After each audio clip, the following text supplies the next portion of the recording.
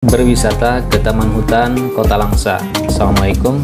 Halo guys, bersama keluarga untuk libur ke Taman Hutan Kota Langsa. Jadi ini dia pintu gerbang utamanya. Selanjutnya ini ada harga tiket masuk 10.000 per orang, dan ini peta dari Taman Hutan Kota Langsa. Ini dia setelah kami sampai dan berada di dalam, terdapat rumah adat berada di lingkungan Taman Hutan Kota Langsa. Seperti inilah suasananya, dan ini banyak sekali pohon yang besar dan juga yang lainnya, sehingga wisata tersebut memang adem, seri, dan dingin ya.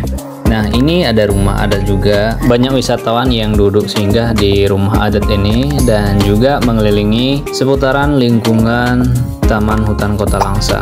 Dan tempat ini cocok sekali untuk berteduh, kemudian bersama keluarga besar untuk menikmati liburan di hari Sabtu, Minggu, dan sebagainya. Nah, setelah kami berada di tempat tersebut makan siang, akhirnya kami pindah tempat untuk mengunjungi hewan-hewan yang ada di Taman Hutan Kota Langsa. Dan ini kami sudah sampai.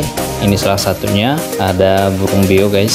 Seperti diketahui, Taman Hutan Kota Langsa memiliki banyak spesies hewan dan menjadi salah satu spesies yang menarik bagi wisatawan yang berkunjung ke tempat ini. Soalnya ada burung beo, buaya, rusa, dan sebagainya. Setelah selesai mengunjungi hewan-hewan tersebut, kami pun melihat jembatan Ayun yang berada di sisi kiri Taman Hutan Kota Langsa. Setelah selesai mengunjungi Taman Hutan Kota Langsa, kami pun bergerak menuju wisata selanjutnya di hutan mangrove. Cerita di Taman Hutan Kuala Mangrove ini akan saya ceritakan di episode selanjutnya. Demikian saja ceritanya singkatnya, dan saya ucapkan assalamualaikum.